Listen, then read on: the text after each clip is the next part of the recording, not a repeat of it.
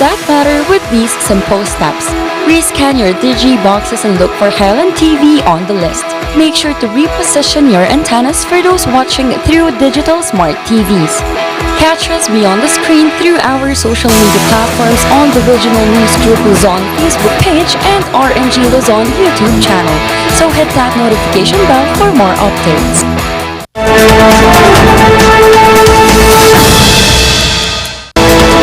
Sa ulo ng mga nagbabagang balita, Session Road at Burnham Lake nagmistulang ilog. Pag-ulan ng yelo sa Baguio at Benguet, ikinatulat ng mga residente at turista. Panibagong taas presyo sa pirutong petrolyo perwisyo sa mga motorista. Mga residente apektado ng pagbubukas ng Huacan Airport link ay alternatibong daan.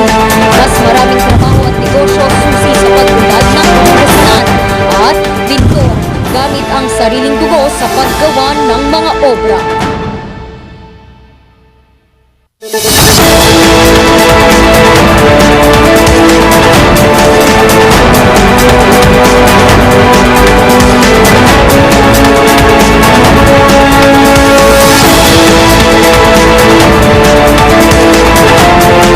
Mula sa Highland TV News Center Baguio, ito ang Luzon Headlines. Naimbaga malam amyanan Luzon. Narito na ang mga bago at may init na mga balita.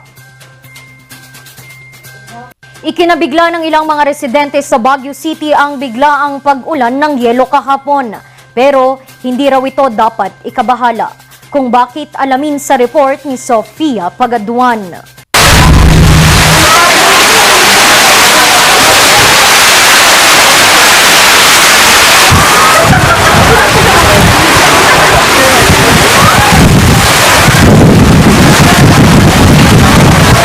Ganito kalakas ang ulan kahapon sa Burnham Lake.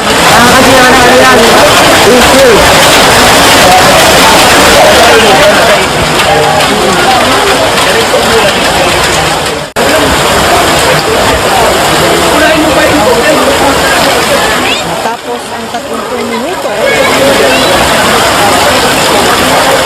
binaha naman ang Lake Drive sa Burnham Park.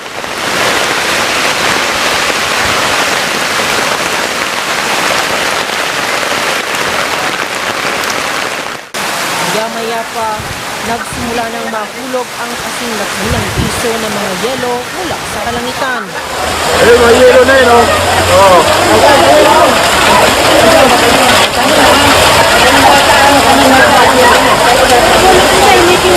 Parang bato ni Darwin.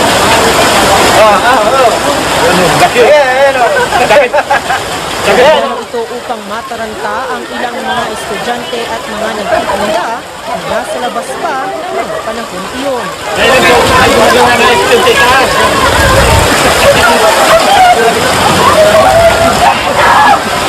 Kahit sa Sunday, sabi kailangan natin mag-aral, ano?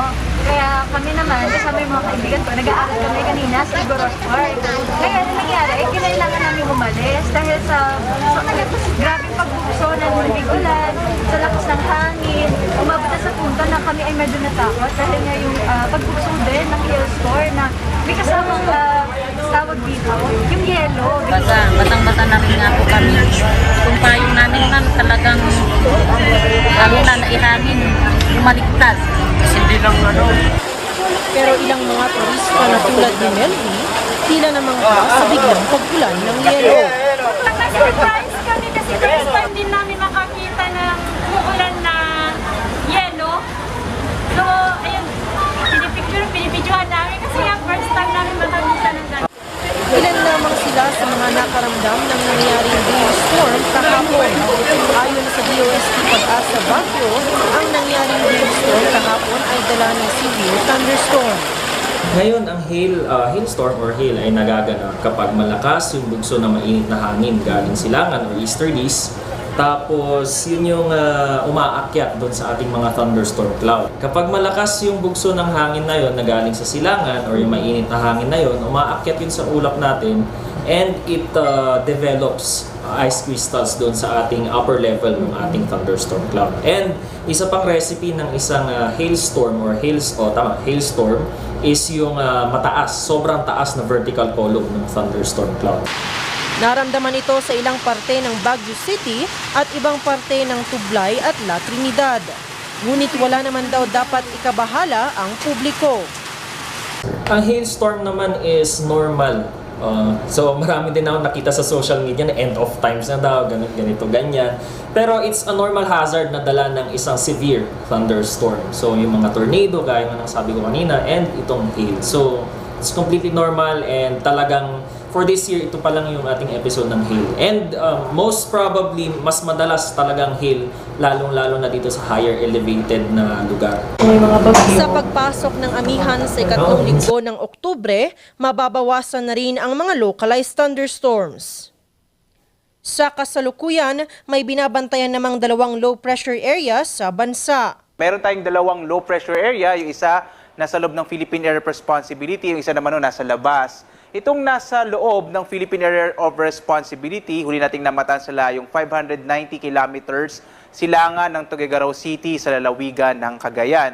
Base sa ating mga pinakahuling datos, hindi natin inalis ang posibilidad na ito ay maging bagyo. Bagamat ngayong araw, medyo malit pa rin yung tsansa na ito ay maging bagyo. Bago matapos ang taon, 5 hanggang 6 pa ang inaasahang bagyo na papasok sa bansa.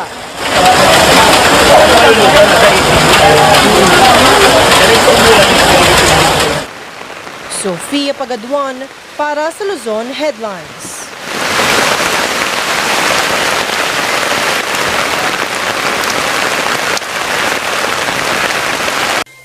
Nakaranas naman ng pagragasa at pag-apaw ng tubig ang ilang parte ng Baguio City sa kasagsagan ng malakas na pag-ulan.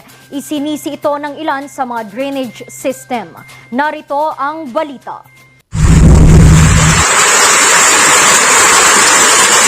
Ganito ang eksena kahapon sa Session Road kasunod ng pagbuhos ng malakas na ulan. Nagmistulang ilog ang Session Road. Tulungan niyo na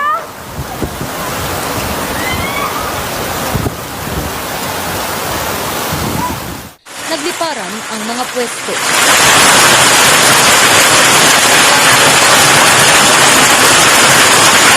Dali ang mga negosyante sa pagsalba sa kanilang mga paninda.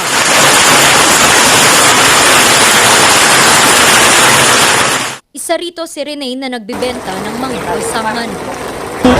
ice box. Oo, kanina kasi akala namin ulan na. Ako meron ka lang stone. Oo, kaya ganun sila. Lakas-lakas, parang river nga dito kanina. Tumaas rin ang tubig baha sa Burnham Park. Ang buong Lake Drive nagmistulang ilog. Binahari ng City Camp proper matapos umapaw ang tubig sa isang kanal.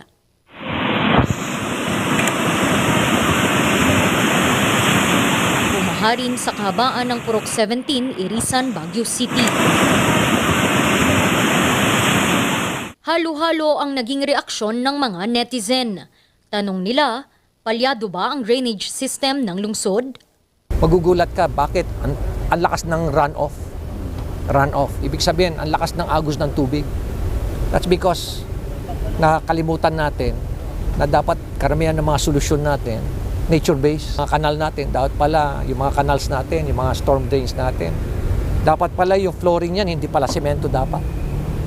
Dapat pala yan, mga soil and rocks para maging permeable, mag-penetrate sa soil and recharge our underground water. Pag-aaralan daw ng pamahalang lungsod kung papalitan o aayusin ang mga drainage at kanal sa lungsod sa tulong ng Baguio City Engineering Office. Randy Guzman para sa Luzon Headlines. Mainit pa ring usapin ngayon ang legalisasyon ng pagpapapasok ng chikendang sa La Trinidad, Benguet. Ito'y dahil pa rin sa reklamo ng mga residente sa masangsang nitong amoy. Narito ang balita. Perwisyo sa magsasakang si Esther ng La Trinidad, Benguet ang mataas na presyo ng abono. Pag mataas yung abono, mas mahirap. Buti kung mahal din yung gulay para para mapalitan. Kaya, malaking tipid sa kanya ang paggamit ng organic na fertilizer gaya ng chicken dung. Gaya ng ipot ng manok. Yan na lang. And then sunflower, the others are using that. Pero pag sa malawak, wala, mahirap. Mahirap pag sa sunflower na yan. Sa na lang, sa ipot ng manok na lang. Bago mo tamnan, mo muna, i-heal up mo. Sa presyong 100 hanggang 200 kada sako ng chicken dung, malayong mas mura ito kaysa sa mga commercialized fertilizers na naglalaro sa 2 hanggang 3,000 piso kada 50 kilo. Sa Silan, La Trinidad, Benguet, madalas bumibili ang mga ito. Dito kasi ang imbaka ng sako-sakong chicken dung mula sa iba't ibang probinsya sa bansa. Ang problema, inirereklamo ito ng ilan. Marami ng petition tungkol sa yung masangsang na amoy. Yun ang problema. Bukod pa dyan ang problema sa langaw. Matatanda ang sabisa ng Administrative Order No. 8 Series of 2010 na isinabatas noon ni La Trinidad Mayor Gregorio Abalos Jr. Ipinagbawal ang pagpasok, pag-iimbak at pagtitinda ng chicken dung sa bayan. Sa kabilang banda, sabisa naman ng Approved Resolution 153 Series of 2010 ng La Trinidad Municipal Council na kansela ang administrative order ng dating alkalde. Pinapayagan din ang pagdadala ng chicken dung sa probinsya basta't matiyak na ang pinanggalingan nito ay hindi mula sa mga lugar na may banta ng avian flu. They are mentioning of ordinances. They are mentioning of yung mga petition by the public because it's nuisance. But for me, I earlier stated in my previous interviews that they should stop first, execute what they are saying, that there are court orders, decision by the court orders, or unfavorable review of a municipal ordinance proposed by this office, petition of the people. They should stop it first. Hinihiling rin ng konsehal sa pamahalaang panlalawigan na siguraduhing tuyo na ang mga inaakyat na chicken dung bago ito makapasok sa probinsya. Sa ganitong paraan daw, mababawasan ang perwisyong dulot nito sa mga residente. Willing kami nga maki-cooperate kanya data. Isungaro day tangom ti dadumagamin di tala nga agrireklamo. Jay awan ti parking lot na. Jaya, amumun jay adapi man parking lot na adagamin abang na. Namno isunga jay karuban na katanga mabalin ti truck. Isu ti agrire. Kaduan nga kasjay. Tinitiyak din ng asosasyon na tuyo na at kompleto sa mga papeles ang mga ipinapasok na chicken dung sa bayan para maiwasan ang pagdami ng langaw at ang masangsang nitong amoy. Hiling nila'y hindi pasara ang mga imbakang ito lalo na't malaki umano ang tulong nito hindi lamang sa mga magsasaka pero maging sa pagkakakilanlan ng probinsya bilang isa sa main source ng gulay sa bansa. Randy Guzman para sa Luzon Headlines. Nakaambang tataas ulit ang presyo ng produktong petrolyo bukas sa panibagong taas presyo. Ang ilang tsuper, problemado dahil hindi pa nagtaas ng pamasahe dahil sa kawalan ng fare matrix. Magbabalik sa report, Sofia Pagaduan.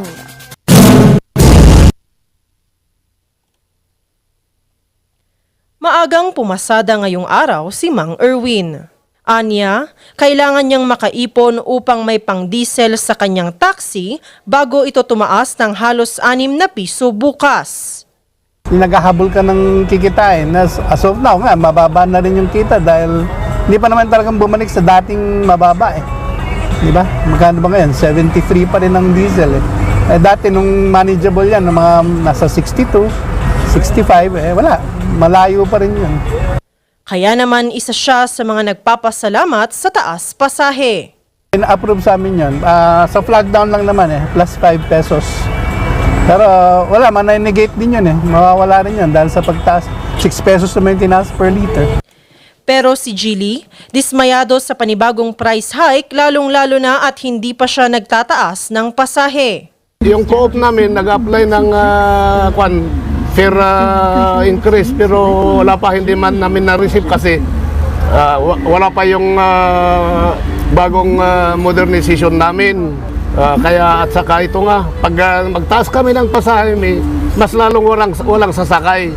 Yan ang problema. Ilan lamang sina Erwin at Jilly sa mga naghahanda sa price hike bukas. Ito ay pagkatapos ng halos 5 linggong tuloy-tuloy na rollback. Habang nag-i-implement po ang European Central Bank, kasama na po yung 27 member countries nila at humiwalay na kasama din si UK.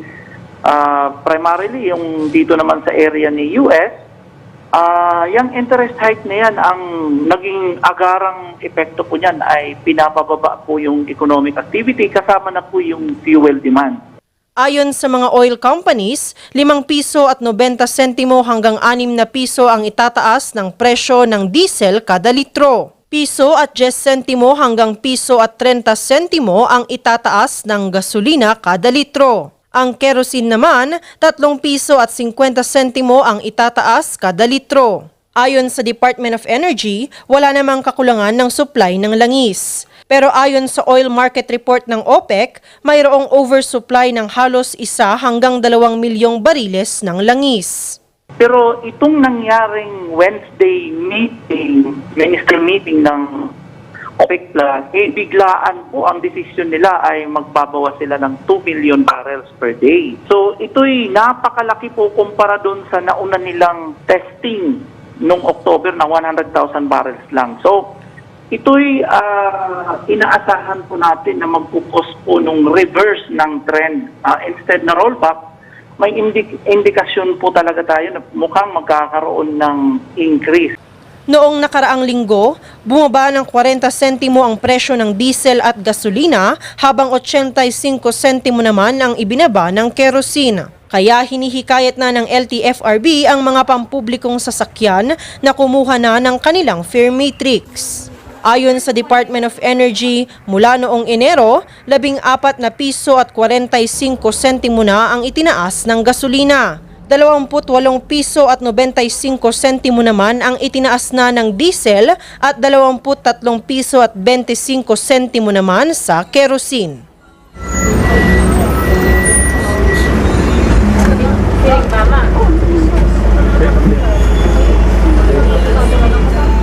Sofia Pagaduan, News Force, North Luzon. Susunod, mga residenteng apektado sa pagbukas ng Huacan Airport ang alternative puntahan. Yan at iba pang mga balita. Abangan.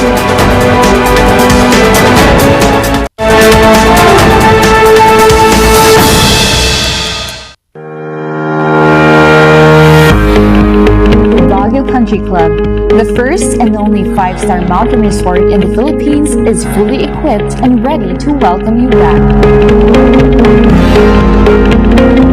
The club has thoroughly worked on adapting to the new normal. The usage of any of the facilities and amenities of the club is governed with specific rules, regulations, and procedures in accordance to the medical, physical distancing, and disinfecting protocols. And as you return back here to your second home and make new memories with us, we assure you that at the Baguio Country Club, you do not have to worry because we can assure you that the club continuously puts great importance to the health, safety, and wellness of its members, guests, and employees. Coronavirus. Dahil dito, may mga bagay na hindi mo na magagawa. Ngunit, may katuwang ka. PDA or Pau de Arco Herbal Capsule na may antiviral quercetin at immunity booster. Mag-PDA or Pau de Arco Herbal Capsule araw-araw para iwas sakit, iwas virus. PDA. Proteksyon, depensa, alay sa kalusugan. PDA or Pau de Arco Herbal Capsule is available in all leading drugstores nationwide. Another quality product of Aldrich Corporation. For better life. Yes. Alis to. Alis to. Ang lakas naman ang tawa mo. Sino ba namang hindi matutuwa dito sa online shopping service at cash on delivery ng PG Home Builders? Pwede din mag-online reservation for pickup. Ano yung sinasabi mo? Ma'am, mapapakabitan na natin ng tiles ang bahay natin.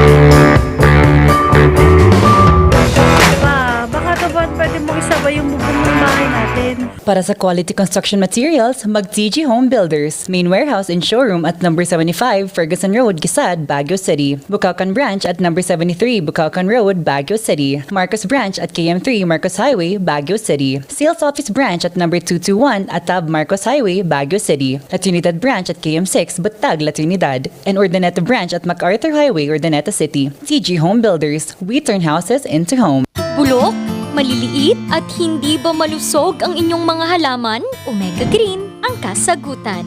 Ihalo lang ang 2 kutsara nito sa isang maliit na container at kaunting tubig. Pagkatapos ay ihalo sa knapsack sprayer at pwede na itong ispray sa mga pananim. Meron itong nitrogen, phosphorus, magnesium, copper at zinc na tumutulong sa pagpapaganda at pagpapabilis ng tubo, pagpapanatili ng nutrisyon, mas malagong mga dahon at panlaban sa mga sakit ng mga halaman. Hindi rin ito nakasasama sa kapaligiran. Pwede rin ito sa kahit anong klase ng halaman, mapa-highland crops o lowland crops. Omega Green by Encam Agri-Marketing, the ultimate friend of farmers.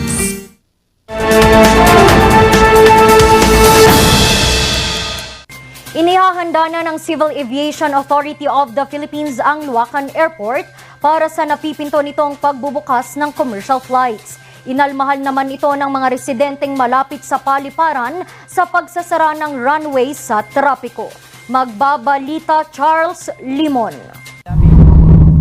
Araw-araw tinatawid ni Aling Agnes ang runway ng Luacan Airport, masundo lang ang apo na nag-aaral sa kabilang banda ng paliparan. Kaya sa nakatakdang pagbubukas ng commercial flight sa paliparan, permanente nang isasara ang runway sa trapiko. Kaya tanong niya, Saan kami nga dadaan ngayon no maisura itong airport? Noon nga ti pag naan nga piman nga estudyante nga mapandita eskulaan. Yati ito problema. Anya, hindi naman siya kontra sa plano. Importante katay ko, dahil pag naan ti estudyante piman, kanda kani adi nga mapan ito taon. Nagsisilbing tawiran kasi ng higit 4,000 na mga residente ng Purok Mangga, Purok Ungasan at Purok Pungian ng Barangay Luacan proper ang runway. Okay lang siguro sir kung mayroong ibang pagdaanan ng mga tao, lalo yung mga students. Kasi mahirapan silang kung magpaikot pa sila doon. Okay lang sir kung mayroon silang gagawing way doon sa kabila. Pero kung nangangamba ang ilan, si Revi na sari-sari store owner, umaasang lalakas ang kita sa pagbubukas ng paliparan. Ay maganda po sa akin, maganda. Nakakatulong sa akin, lalo na sa akin na single mom o di okay na dadaming customer. Sa Disyembre, target na buksan ng CAAP at ng pamahalang lungsod ang commercial flights sa Luacan Airport. Ito'y matapos magpulong noong nakarang linggo ang dalawa kasama ang Philippine Airlines at mga stakeholders. Ayusin pa yung terminal, isa yun. May mga a few equipment na lang na kailangan kasi according to CAAP, nandyan na yung mga critical equipment. Pero may mga equipment pa na kailangan. Ayon sa CAAP, handa na sila sa pagbabalik operasyon at rehabilitasyon ng paliparan. Meron tayong initial 50 million budget coming from the Department of Transportation. Cover niya yung renovation ng ating terminal, perimeter fence and Ilan sa mga ginagawang paganda sa runway ang cross drainage at clearing ng ilang matatayog na puno na obstacle para sa landing at take-off ng mga eroplano. Nilinaw din ng CAAP na dapat isara na sa trapiko ang runway. Yun lang ay pag-uusapan pa lang ang paggawa ng alternate route para sa mga apektadong residente. Magre-request kami ng barangay council namin na makipag-usap kay Mayor regarding sa nasabi na isasara yung runway mula sa access ng sasakyan at mga tao mula doon sa across the airport. Kung isasara yun, may isang portion doon na talagang walang daanan. sasakyan at mga tao kung sakali. At kung yung sa isang side naman is lalayo na sila sa sentro ng Loacan proper. Dagdag pa sa paghahanda ang clearing ng mga infrastruktura sa loob ng 75-meter buffer zone. Pasok dito ang higit 100 mga bahay malapit sa runway. Pero ayon sa pamahalang lungsod, magkakaroon pa ng final survey sa mga tatanggaling mga infrastruktura. Pagkakataon din ito para sa mga turista mula Visayas at Mindanao na mamasyal sa lungsod sa mas maikling biyahe. Ang mga turista from Visayas, Mindanao nagtatanong how to get to the city of Baguio. At pag sinabi nila na punta muna kayo sa Metro Manila, patas magbaylan, nadi-discourage na sila. Nilinaw naman ng CAAP na bukas ang paliparan sa iba pang mga airline company na nais ding magbukas ng flights patungong Baguio. Na nag-signify ng intention yung Philippine Airlines to operate Baguio. But that does not necessarily mean na exclusive sa PAL Express yung Baguio Airport. We welcome any other airlines and commercial operations. Pag magkataon, aabutin ang direct flight mula Cebu hanggang Baguio ng 2 oras kumpara sa Cebu hanggang Clark International Airport na 1 oras at 20 minuto. Charles Nicolimon para sa Luzon Headlines. Mga bagong negosyo at mas marami pang trabaho ang nakikitang susi ng bagong gobernador ng Pangasinan na si Governor Ramon Monmon Gico III para sa pag-unlad ng probinsya. Narito ang kwento. Mas maraming negosyo at paghihikayat ng mga mamumuhunan ang nakikitang susi ng bagong ama ng Pangasinan na si Governor Ramon Monmon Gico III. Upang maisakatuparan nito, binuo niya ang Provincial Economic Development and Investment and Promotion Office. This office will help us provide a good atmosphere of putting up businesses in the province. This is in line with our goal of generating job opportunities for our people through ease of doing business in Pangasinan. Ang opisina rin ang mamamahala sa mga LGU ng probinsya sa pagsulong ng mga investments, bagong negosyo at promosyon ng mga ito. Kanya ring pinagtuunan ng pansin ng mga kilala at bagong aktibidad pagdating sa turismo ng probinsya. Gaya na lamang ng mga parke at pinagandang mga tourist destinations. Isa na rito ang bagong muka ng Lingayen Baywalk na pangangasiwaan ng Baywalk Development and Management Office, which will regulate the tourism activities within the Baywalk area, as well as maintain portions of Baywalk, regulate the construction of infrastructure to adhere to existing ordinances and building codes, to ensure compliance with our environmental laws, and to ensure safety, peace, and order. Nakalista na rin sa kanyang mga plano ang pagtatayo ng Pangasinan East-West Expressway o PWEX. We'll have more growth centers, more economic zones, and better mobility of people, goods, and services. Sa pamamagitan na raw kasi ng pagyabong ng turismo, negosyo at iba pang mga infrastruktura, mas maraming oportunidad at trabaho ang maibibigay sa mga Pangasinense. Ito rin ang susi para bumaba ang poverty incident sa probinsya. All the efforts, ang main objective naman niya is poverty alleviation. Kailangan na magkaroon ng stable at sapat na kita ang ating mga kababayan. Yun ang we have to flood the province with many jobs and livelihood. Target ni Governor Gico III na maging daan ang kanyang panunungkulan para makamit ng probinsya ang pagiging premier province na punong-puno ng oportunidad para sa pag-unlad hindi lamang ng Pangasinan pero maging ng buhay ng mga Pangasinense.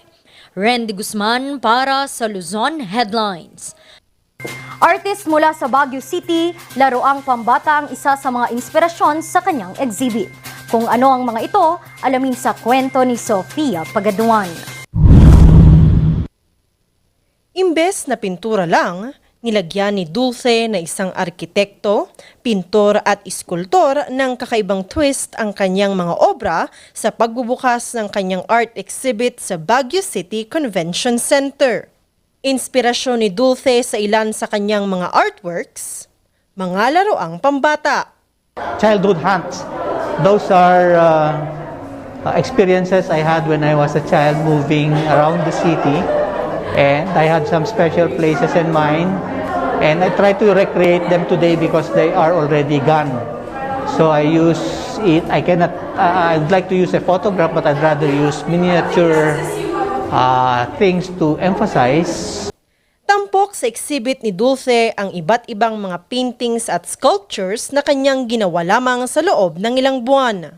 Layunin ng exhibit na pinamagatang Saccades, The Fixation of the Eye, na makuha ang atensyon ng mata ng mga manonood. Sa lahat ng mga nakadisplay sa kanyang exhibit, ang kanyang obrang tinawag na Working Man's Village ang isa sa kanyang pinakapaborito. Which might extend to weeks or months, because some of them I have to leave it behind and then come back to it to make it to agiate more, parang ganun. Komplikado mang intindihin ang kanyang mga obra, tiyak naman daw na mabibighani ang sinumang makakita nito.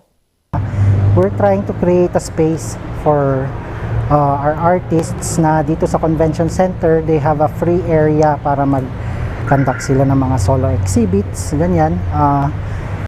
Suportado naman ito ng lokal na pamahalaan. Many of our visitors, I'm sure you as residents bring a lot of visitors here as well.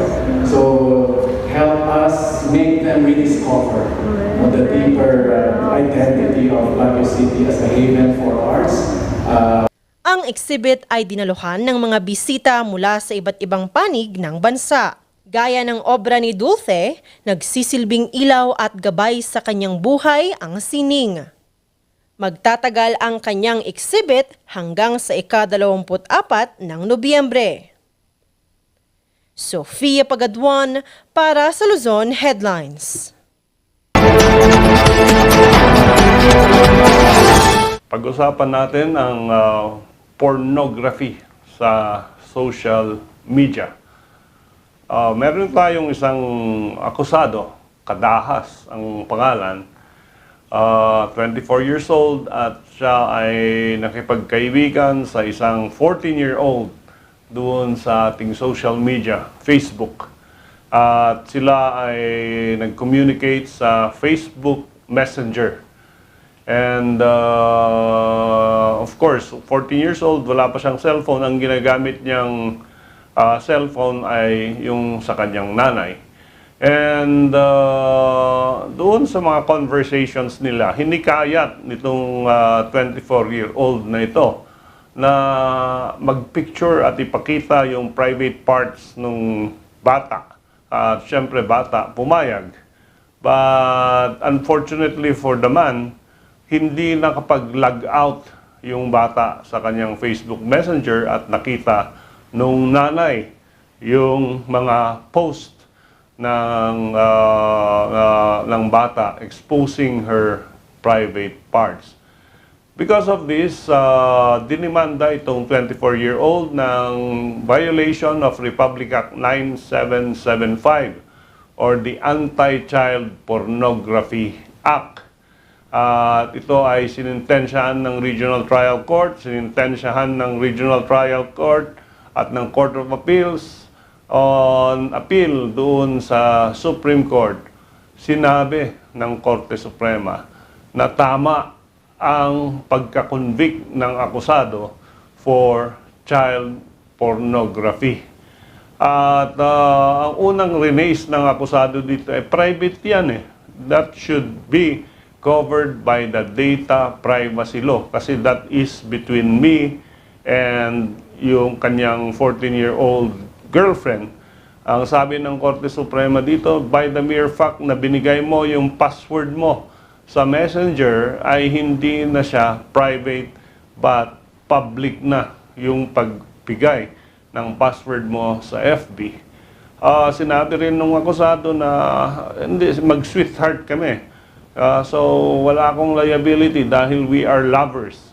Again, the Supreme Court said hindi mag-a-apply ang sweetheart defense sa Anti-Child Pornography Act kasi walang kinalaman sa relationship, sa love relationship, ang Anti-Child Pornography Act. Ang sabi nga ng Supreme Court, hindi naman love yung paghikayat mo na expose niya yung kanyang private parts, but lust on the part of the man.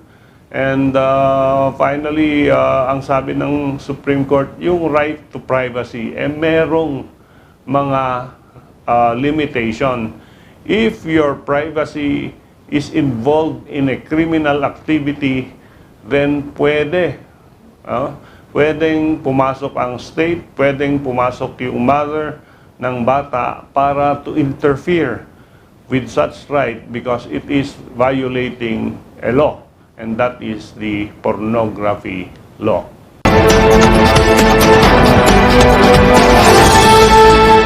Ang bahaging ito ay hatid sa inyo ng Pines Estate and Gaming Corporation. Isang pintor, dugo ang gamit sa pagpinta ng kanyang mga obra. Ang kwento susunod na.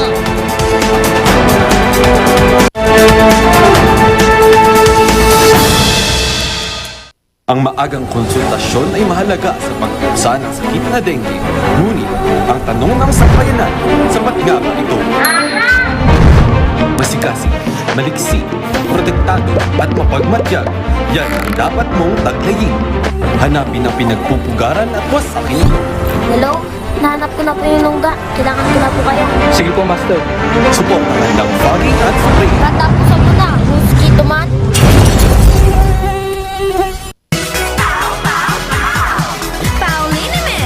Masakit ba ang likod, ang kasu-kasuan? Namimitig o masakit ang iyong kalamnan? May rayuma, arthritis o nahihilo? May stiff neck, flatulence o masakit ang ulo?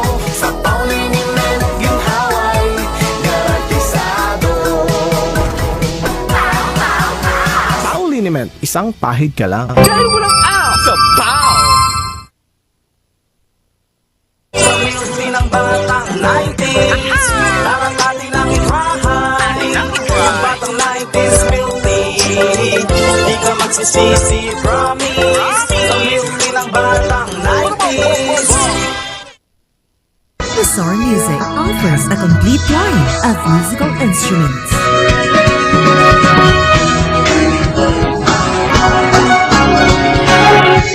Bizarre Music, Baguio's pioneer in online music and art lessons.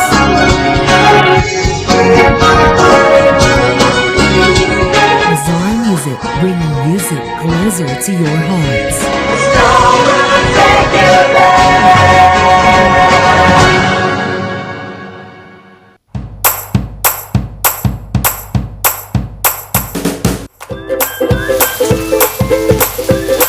Bestsellers that we have are the pork sisig, sizzling liempo, quarter leg, and then we have the sizzling beef pares as well.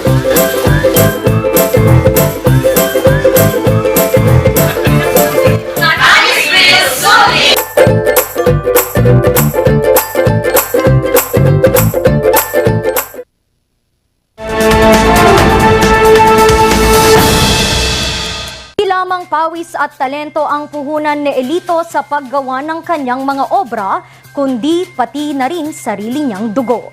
Kilalanin natin siya sa kwento ni Leila Batyon. Amang pintor kung tawagin si Elito dahil sa mga obra niyang tunay na kahanga-hanga. Bata pa lamang nakitaan na siya ng talento sa pagguhit at pagpinta. Ito ay dulot na rin ng impluwensya mula sa kanyang ama. Father ko rin kasi unang-una nakikita ko siyang yung pagka-creative niya. At the same time, nagdo-drawing siya sa lapis. Pag nagdo-drawing nga yun, mukha, pero yung mata duling. So natatawa lang ako. Then yung palang pagtawa ko, may kaakibat na ng inspiration. Ganun. Anya, 6 na taong gulang siya noong aksidenteng masugat ang kanyang daliri dahil sa lapis habang siya ay kumukuhit. Mula sa aksidenteng ito, nagkaroon siya ng ideya na gamitin ang dugo bilang tinta sa kanyang mga obra. Naghihinayin kasi ako sa blood ko. So yun yung ginagamit kong pang signature, ganyan. Puro experimental ba? Kasi Sabi ko, minsan ginagamit ko yun doon sa petals ng bulaklak kasi yung bulaklak kasi pula, akala ko hindi kukupas. So sabi ko pula ito, so yung ginagamit ko lang. Iba't ibang personalidad na ang kanyang napinta gamit ang kanyang dugo. Gaya ni Herbert Bartolome, Manny Pacquiao at dating Pangulo na si Rodrigo Roa Duterte. Kaya naman ang talento ni Elito ang nagsilbing transportasyon niya upang makarating siya sa iba't ibang bansa. Yearly umiikot ako sa iba-ibang bansa, nag-show ako. Actually, Canada, US, Europe, Singapore, yun yung mga travel ko. Parte na rin ng adhikain ni Elito ang maibahagi ang kanyang talento sa mga bata, lalong-lalo na sa mga batang Aita. May 5 akong villages ngayon na na adopted.